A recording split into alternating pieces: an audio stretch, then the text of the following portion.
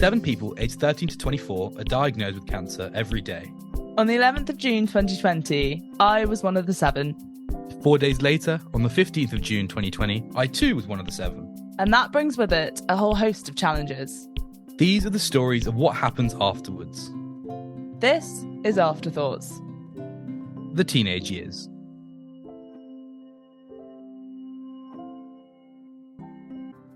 Hi everyone! And in the producer's throne today, it is the wonderful Alice. Yes, regal as always. I say it a lot, but obviously, again, what an episode. We have Jack from Wales here today, from Swansea. Thoughts on the episode, Shaumya? I just thought he was absolutely phenomenal. Has put a real spring in my step, that one. Yeah, I know. Just like a pure bundle of joy. The stories were all just so genuine and heartfelt and just impeccable, as I like to say. You like saying impeccable, don't you? I think that might be your favourite words. It puts you on the spot to find another word beginning with I. Incredible. That's a boring one. Oh, can I think of one? I feel like I should be able to, but I can't.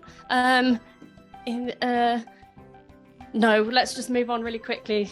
Move on to something else. Quick segue. But it was nice to talk to nice. Oh, I hate the word nice. It was great to talk to Jack and realise that we've ticked off all 4 of the different UK locations. Yeah, we love it. AfterThoughts is going global next, guys. You had it here first. Well, we've done quite well actually, because we've had England, Ireland, Scotland, England. We've done quite well actually, because we've had England, Scotland, Wales, Northern Ireland, and we've done Australia too. Yeah, we've gone down under this series, which is great. Oh, we are practically going global. Try not to laugh at that one. Going down under. I need to get my mind out the gutter. Yes, you do, Aiden Grant. But I particularly enjoyed the daffodils chat, because daffodils are my fave flower. Yeah, a top tier springtime. They are proof that spring has sprung. Spring has sprung, the grass is riz. Did you guys sing that when you were at school? Yeah, and there was another song about I like the flowers, I like the daffodils. See, now that second one, that is what we call a banger. A tune. Absolute bop. But yeah, what a great way to finish the series. Yeah, we landed on a real high. It's been amazing. I mean, they've all been amazing, but how do you feel? And actually, we'll talk about this maybe a little bit after, but how do you feel with your first series of Afterthoughts coming to an end? I feel happy to see Shaumya much again. No, I think I'm proud of what we've managed to sort of create and the skills we've developed. And I'm going to miss it. I'm going to miss the tuning in. What a wet wipe. No, I feel completely the same. I think it's been a real joy, a real just happy moment in the day, always getting to do these and see your lovely faces and our lovely storytellers. So yeah, I shall miss it, but it's been fab. Do you feel like work husband and wife now? No. No, we're like work boyfriend, girlfriend, but are we going to progress to anything more is the question. TBC, maybe if there's another series. But enough of that. Without further ado, we move on to Jack.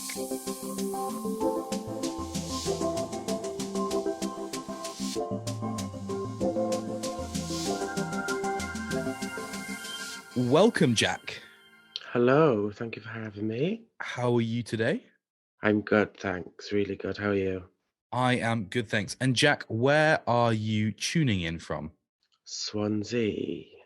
Ooh, Swansea. So that means we, on this series, have had England, Wales, Scotland, and Northern Ireland. We've completed the UK. That's it. Cancel Afterthoughts. We've done it. We've completed it.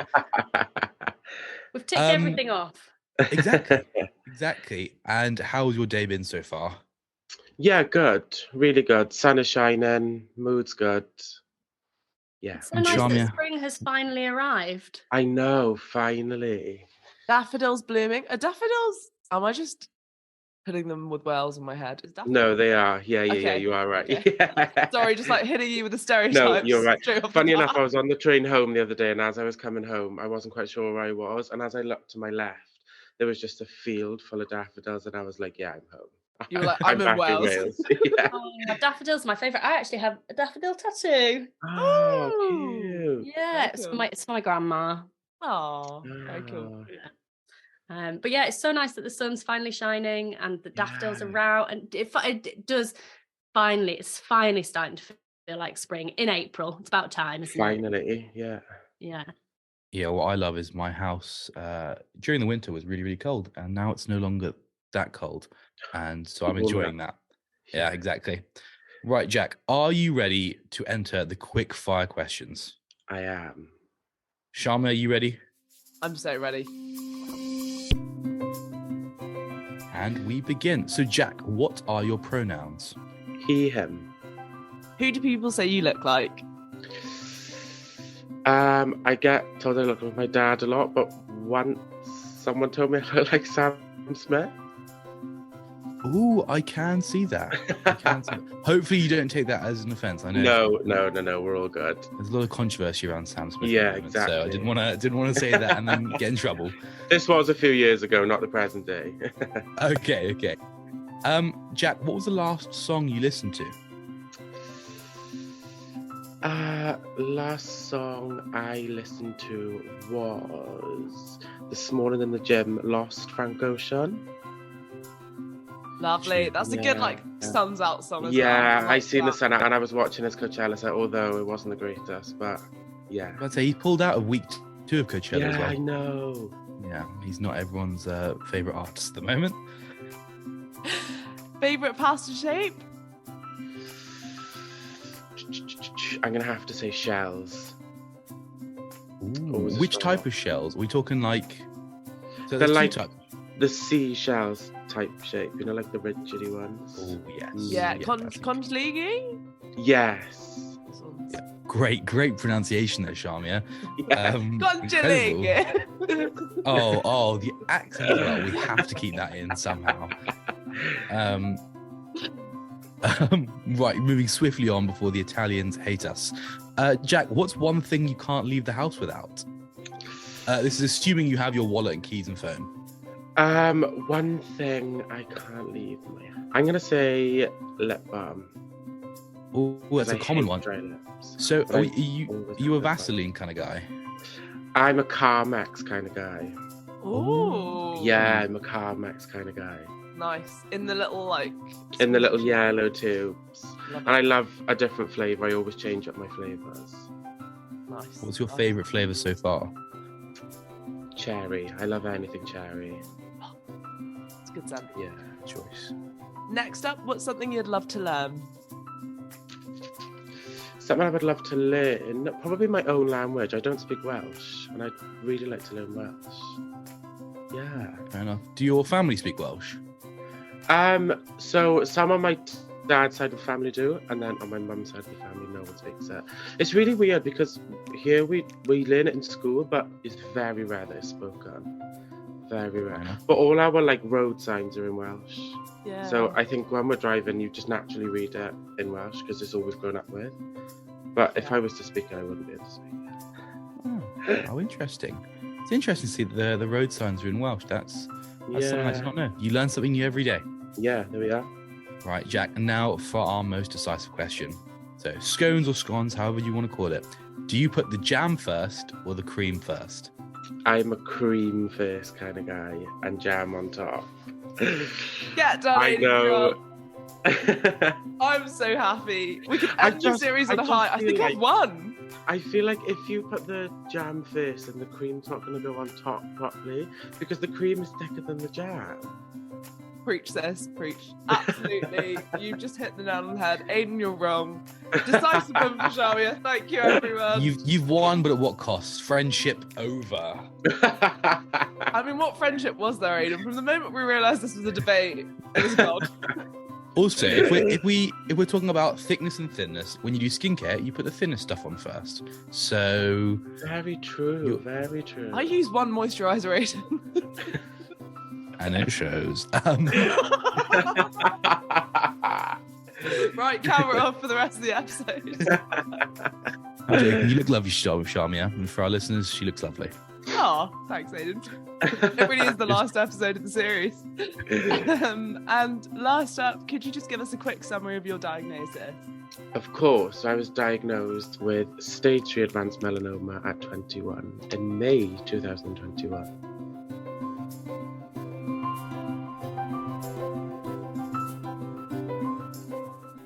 Who would have guessed? Stuff happens after the diagnosis. And in this section, we explore them. It's beyond the diagnosis.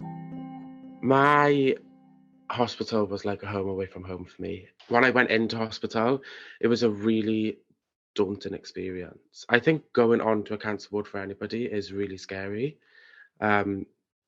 regardless of the situation you're in, whether you're going through it yourself or you're an outsider. But for me, walking onto the cancer ward, I knew I was going to be spending a lot of time there. So I wanted to make it a special place that wasn't a negative place, because it can be made a really negative place, and I didn't want it to be that. So when I went in, my ward was full of older people, which again was really scary. So they offered me a small room with a bed, with a chair. It didn't have a TV, unfortunately. I made it like the brightest, nicest, warmest place ever, because I knew I was going to be spending a lot of time in there. I always had like funky little things with me. I don't know if you've seen them, but there's like these little things you can clip, and they're like a key ring, and if you press them, they like flash different colors, and they're all different characters. So I always had them like clipped onto my line, to make them funky. And people always used to say to me, I was like, I don't know if you had them when you were a kid on the back of your bike wheels, and they'd like spin and make a noise. I used to be walking around with my machine, like clackering around the ward with my little machine. I always used to try and take like a warmer blanket, because I'm sure you guys have experienced this freezing when you're having your treatment. Well, I was myself. So I always just take like a bright blanket with me. I'd never take like a dark coloured blanket, because I know I'd be in there for the day. I just make it as bright as possible and like a warm place. I just try and be as colourful as I could walking in there, because I just wanted to be that warm character. And also a really, really fun story was every time I'd go in for my treatment, all the nurses would be like fighting over each other who would get to like be with me on my chemo day. So they'd be like, oh my God, I want to go with Jack. I want to go with Jack. I want to go with Jack. But I always had the same nurse, Beth. And she was like my hospital mum. She was the most incredible person, and I miss her so much now I'm out of treatment. And she was also a really funky person. She had this like really cool, curly, big wavy hair. And she had like colourful glasses on all the time. She used to have like the coolest little pins on her. I tried to make it the best out of a bad situation, if that makes any sense at all, because I'm the least negative person in the world. Hate being negative, and I wanted her to make it a positive place.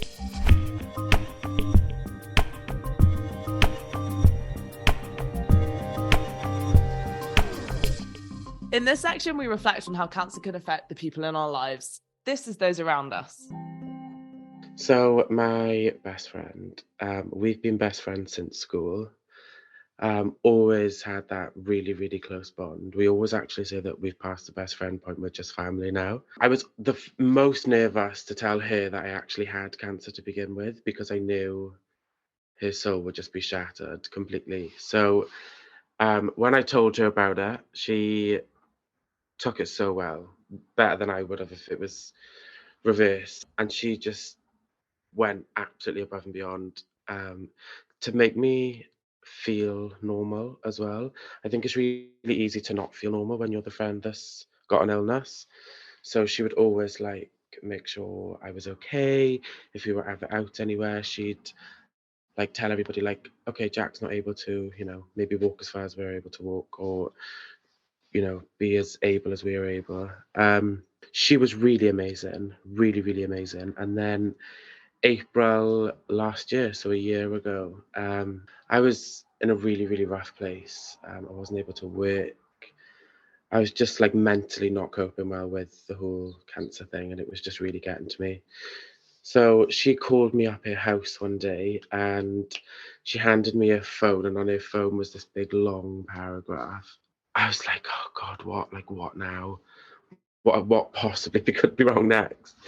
And as I started to read it, she was like talking about like how inspiring I was and like just how like good of a person I was. And then I started like, I just crumbled on the spot.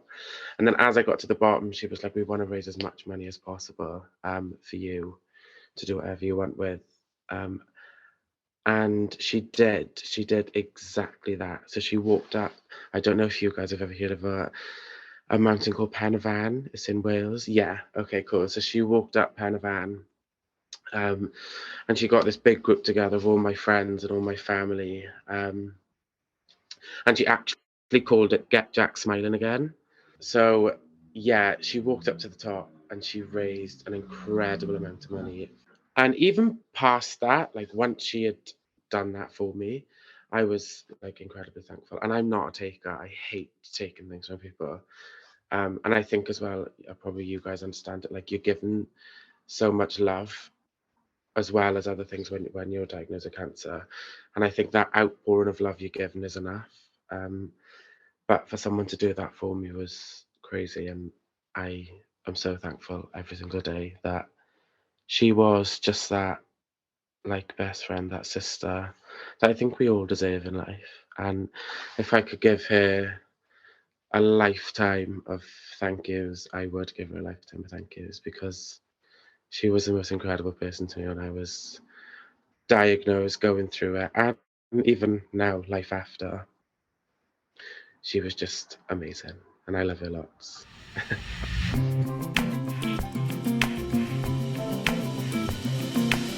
Intangible, imperceptible, and invisible. We look at the impacts that affect us. It's invisible impacts.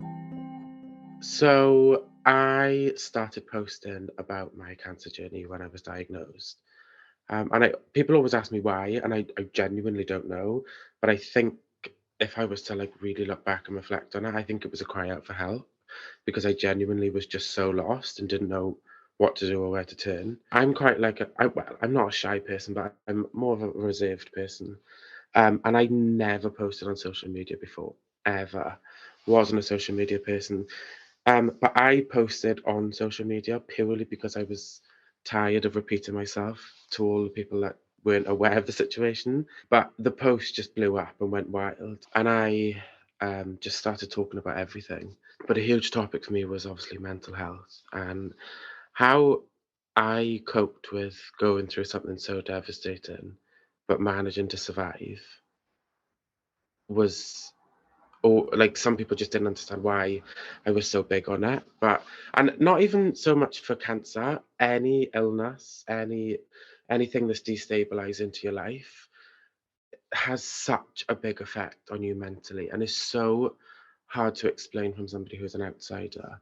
And I always say this to people: if you haven't experienced mental illness or physical illness, like I'm so unbelievably happy for you, but it's so important to be aware of what actually goes on, because we can see sometimes when somebody physically isn't able to walk, or maybe has lost their hair, or whereas I don't know, like I wear glasses and I, because I can't see, like when you physically see something is not wrong with somebody, but like isn't perfectly right with somebody, you're cautious on how you are with them. You're a bit more gentle with them.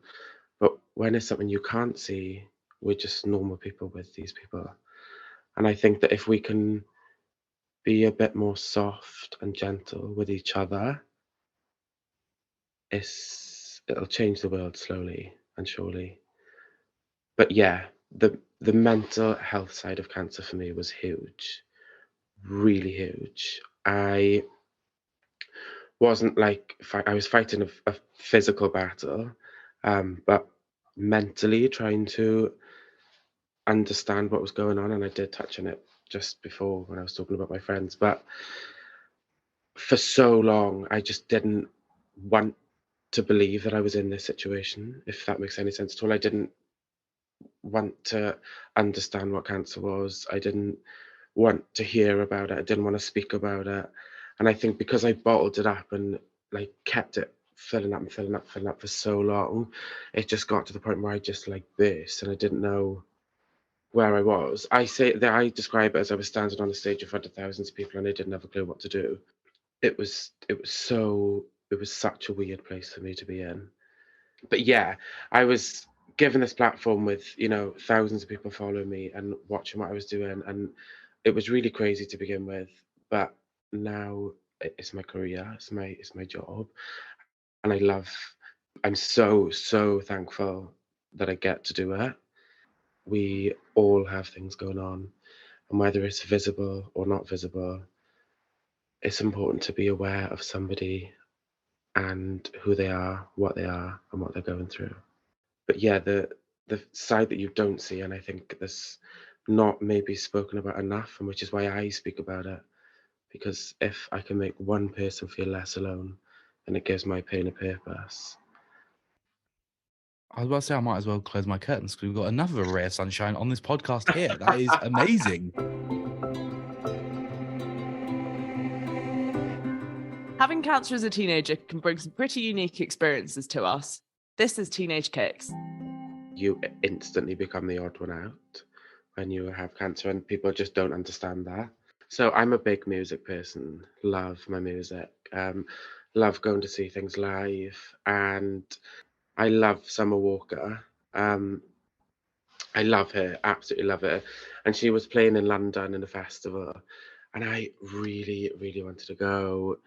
And I was like, okay, like I can make it happen, I can make it work. So I went, and obviously I was out of hospital at that time, but like I couldn't really do much. I couldn't go into the crowd. I had to like back off. I had to be out of the way, and obviously it was summer, it was boiling hot, and obviously being a skin cancer patient, had to, you know, stay away. And it was in the middle of London, and you know, London's all big buildings, it's not very green, is it? So we were in this park, and there was like one tree, and everybody was like swarmed under this one tree, hiding from the shade. I said to my friend who I went with, I was like, look, this isn't like, it's just not going to work for me. And I just remember being so sad that like I couldn't be there, and I like everybody around me was having like this amazing time, and I was thinking to myself like, I used to be that, and it's so frustrating I can't anymore. And I had to take myself up to, you know, like in gigs they have those like disability platforms, the like viewing platforms. There was all these lovely people on the viewing platform, and it was really nice.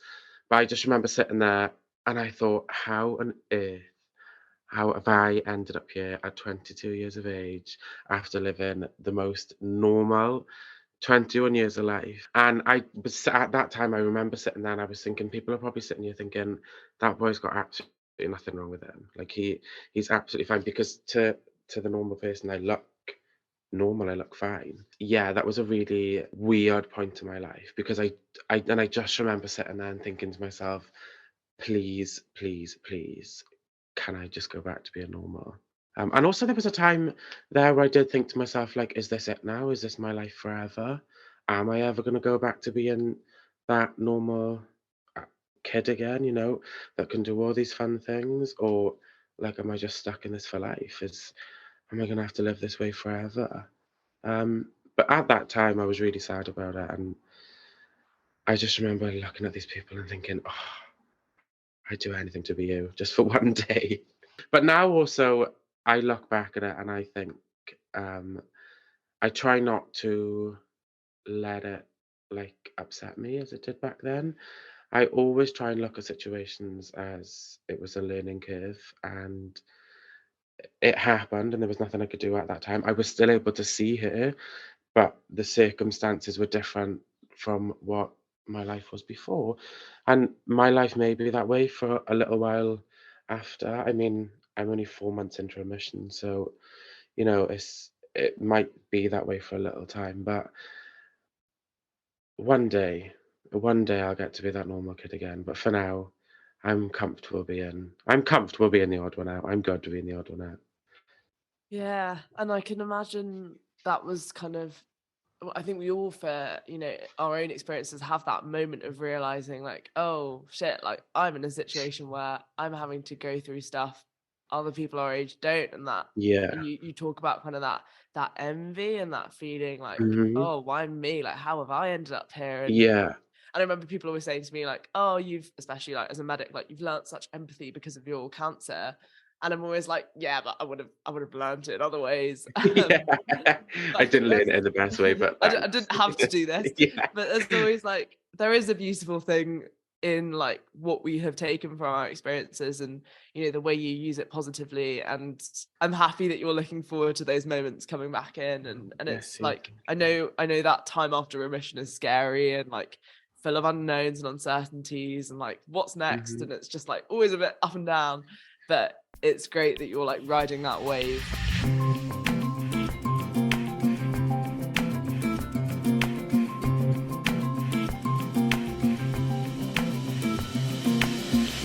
Maybe we're more similar to Pokemon than we think, the way we level up and evolve through cancer.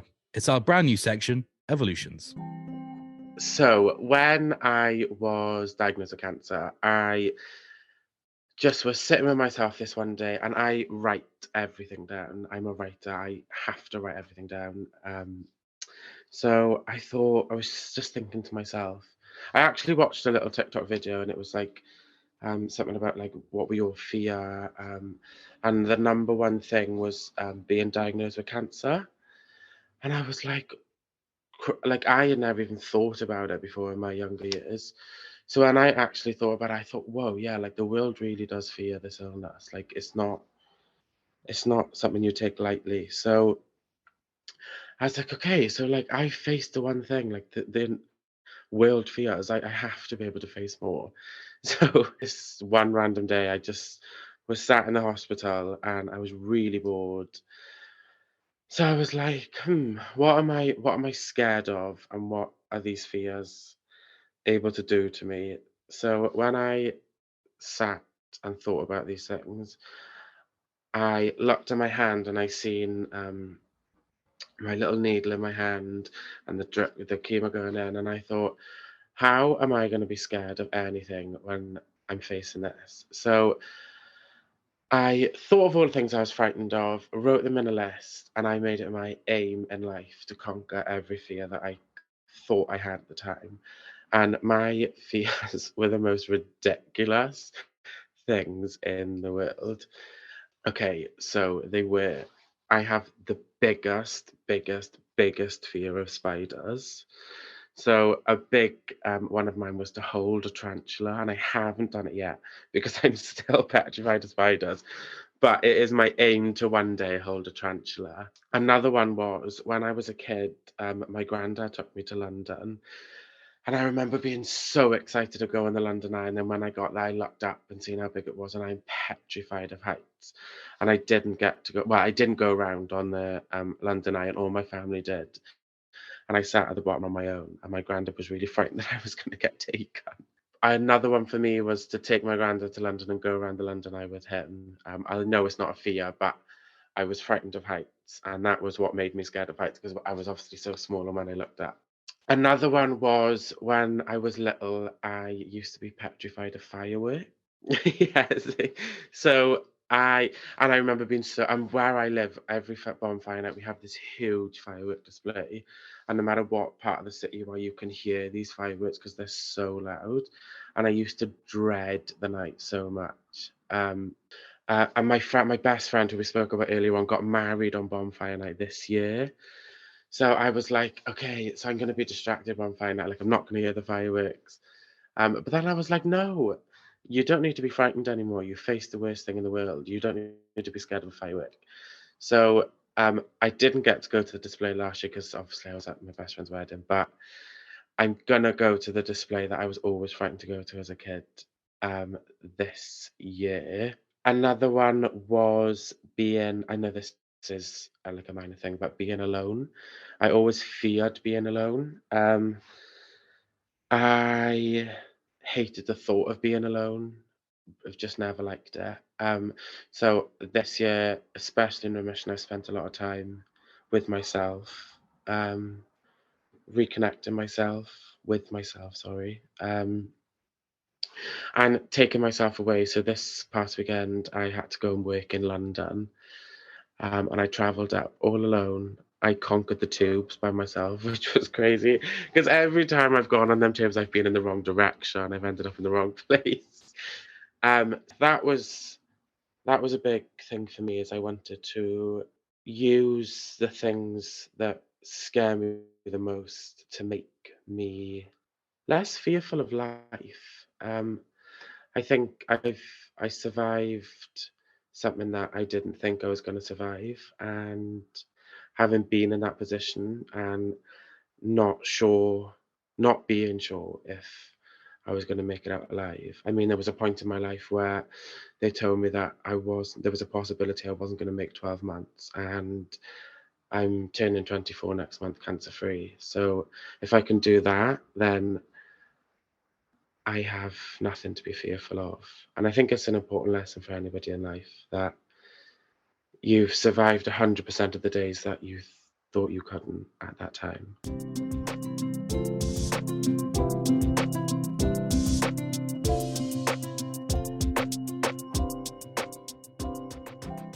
Cancer has its ups and downs, but there are definitely moments of lightness. In this section, we take the opportunity to have a good giggle. It's Don't Laugh. I actually have a really funny treatment experience. I went into the hospital this one day, and my lovely nurse Beth, who I spoke about earlier on, was off, and I was really sad. But I had these students, and they were really lovely. But when she came around the corner, she said my name, and I stood up, and she was like, "Oh, I thought you were waiting for your grandparents." And from that get-go, I was like, this is just going to be terrible. I can tell straight away. So I was giggling to myself for ages. So I went into my room, sat down, and I always really struggled to they always really struggled with me to find a vein. So they eventually done it, and it was really painful. And I stood up. I stood up, and as I stood up, I just ripped the thing out of my hand. It was caught around the chair. And I was like, great, okay, this is going to be a terrible, terrible day. But I just could not stop laughing to myself because one thing after another was going wrong. So I pressed the little, little ringy thing on the top, and they come running. There was blood everywhere from my hand. I don't know how the hell I bled so much, but I did. And then, so that was that. And then that same day, I'd been there for hours. I'd woke up from a nap, and I was really hungry, and I really fussy when I was on treatment. So I always used to take a little bag of snacks with me. I used to go to the shop before. So when I went back, I went through to the room because I thought I must have left it in the room, and I didn't bring my bag of snacks with me. So that was like a third thing that had gone wrong. So then we had this like kitchen on our ward, and the nurse was like, "Oh, there's soup in the pot. There's soup in the pot." So, but I'm freezing cold, and the grip on my hand isn't working. And I don't know if you have ever seen them, but they're like the small little white round bowls. So I picked one of them up, and where the bottoms, they like clip in, so they like stack together, don't they? Like as one stack. I picked one off the top, and they all came crashing down. So they just smashed, and I thought, how on earth have I possibly gone wrong in one day? So I begrudged even eating the soup at this point because I was just so frustrated with my life. I put the soup in the bowl, and I can literally remember this day so vividly. It was just the most bizarre day because one thing after another was going wrong. I grabbed a tray, and we had this like wooden, I don't want to say shelf, but it was like a box where the trays were in, and there was like a slit on the outside so you could just slide a tray out. So I pulled the thing, and on the top blade, like the top bit of this thing, was like dirty, where people put their trays back on, like in a canteen sort of thing. So I pulled the tray, but I didn't pull it far up enough so that I could pull the thing. I pulled the tray, and the trays are on the top just slid forward. Had the soup in one hand, trying to get the tray in the other hand, and I could just see these things sliding forward, and I thought, I'm just going to have to let these fall on top of me because there's just no other option other than just be covered in other people's dirty dishes. So it just slid on top of me. And then I thought, I like pushed my shoulder up to stop it, and then I had this like flashback when I was 15, and I started working in this really scary place, and I was really frightened of going in. And the first day I ever went in there, I was carrying trays, and I wanted to show off about how many trays I could carry and put down at once. And they were just been washed. The trays had just been washed, and I put them on this counter my first day in this new place, and they went everywhere. And I'm not joking, they went everywhere. So I'm sitting there giggling to myself, covered in just rubbish. I had a bowl of soup in one hand, trying to hold a tray with my IV little line standing next to me, just beeping away in my ear. Put the thing back on top, and then that was it for the rest of the day. And then actually that day when I left, my dad forgot to pick me up from chemo. So I'm sitting outside, and it was freezing cold that time. I'm not sure if it was like the second or third time I'd actually ever even been in that room. So I was quite new at that point. But yeah, that was a really, really terrible time for me. And this when I was going back in there, I just remember being so embarrassed of walking back in that building because I made so much noise, so much mess. And I just remember thinking to myself, these people are coming in here, they're so in so much pain, so tired, so exhausted, and they just want to peacefully sit on their chairs. And I'm clambering around the place. And I'm clumsy at the best of times, but I'm clambering around the place trying to just eat something and put myself in a better mood, and I was just doing everything I could have possibly done wrong. But I always think about that day when I'm thinking about treatment because it was just a shambles. Oh wow. Yeah, that Uh, really is a don't laugh story, isn't yeah, it? it was a really bad day for me. That was a really I just felt everything was going wrong for me, and I just thought this is just never ending. And this is if somebody at that time was to if I was to put a visionary of my life, I would just hand them that day and say, this is exactly what life looks like for me right now. Oh wow, it's like something out of a sitcom or Yeah, I did Stephen feel like a Frame movie show. when it was happening to me. And then my dad forgetting to pick me up from chemo was just the cherry on top of it. I The was straw sitting that broke the camel's in the back. freezing cold, and I begrudged going back in there because I was so embarrassed. So I Oh, forced myself to sit outside in the freezing cold. but we can laugh about it now, and that's the important Yeah. thing. Yes. Oh, well, what a great story. Thank you so much for coming on, Jack, and sharing so many brilliant stories with us. No, thank you for having me. It's been amazing. It's been great to have you. We hope you have a fantastic rest of your day in Wales with the daffodils.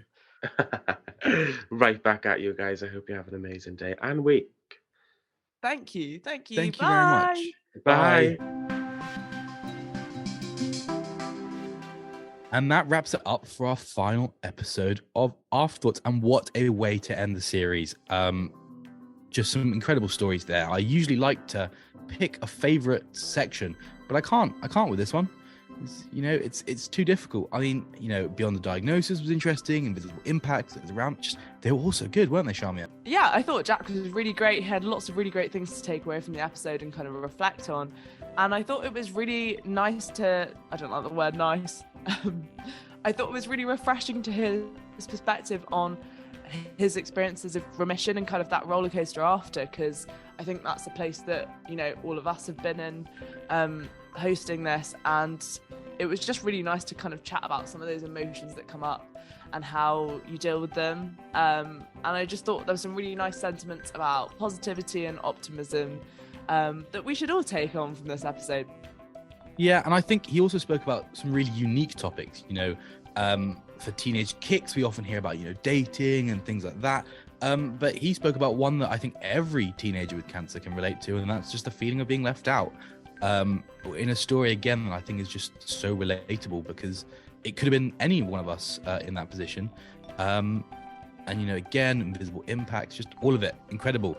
But without further ado, it's time for our Afterthoughts on Afterthoughts. So, Shaumya, what are yours?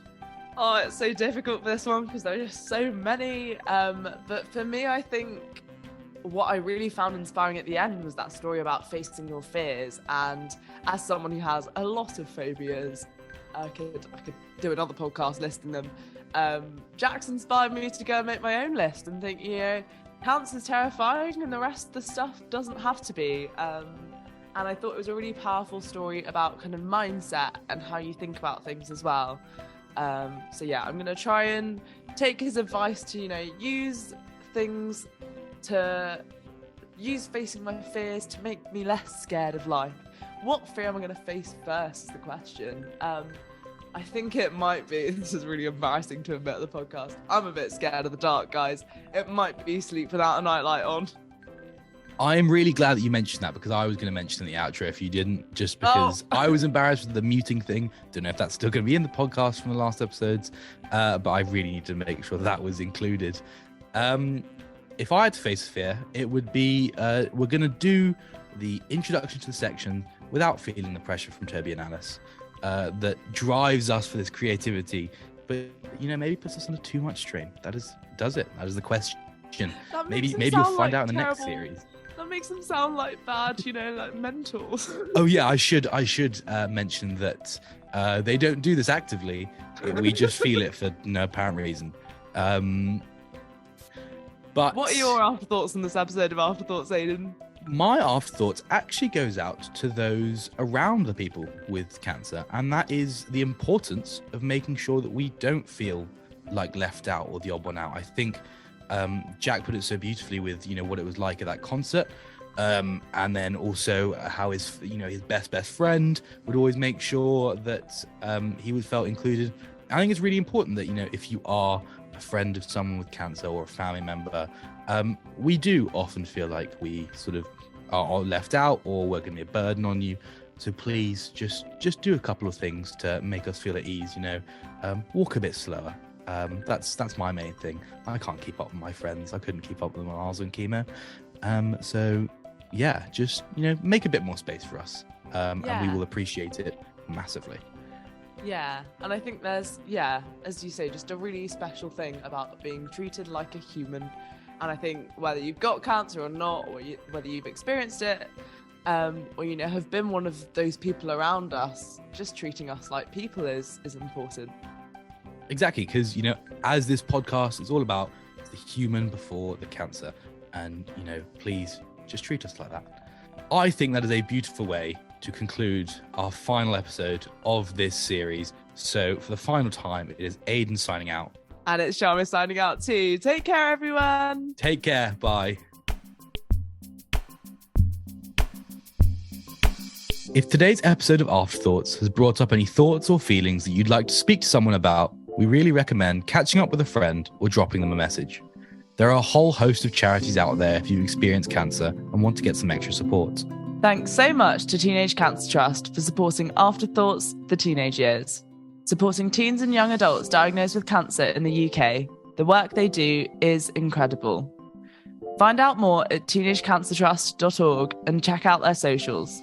This series has been hosted by Aiden Grant and Shaumya Kularajan and produced by Alice May Purkis and Toby Peach from Beyond Arts. Sound design is by Dinah Mullen and Kieran Lucas.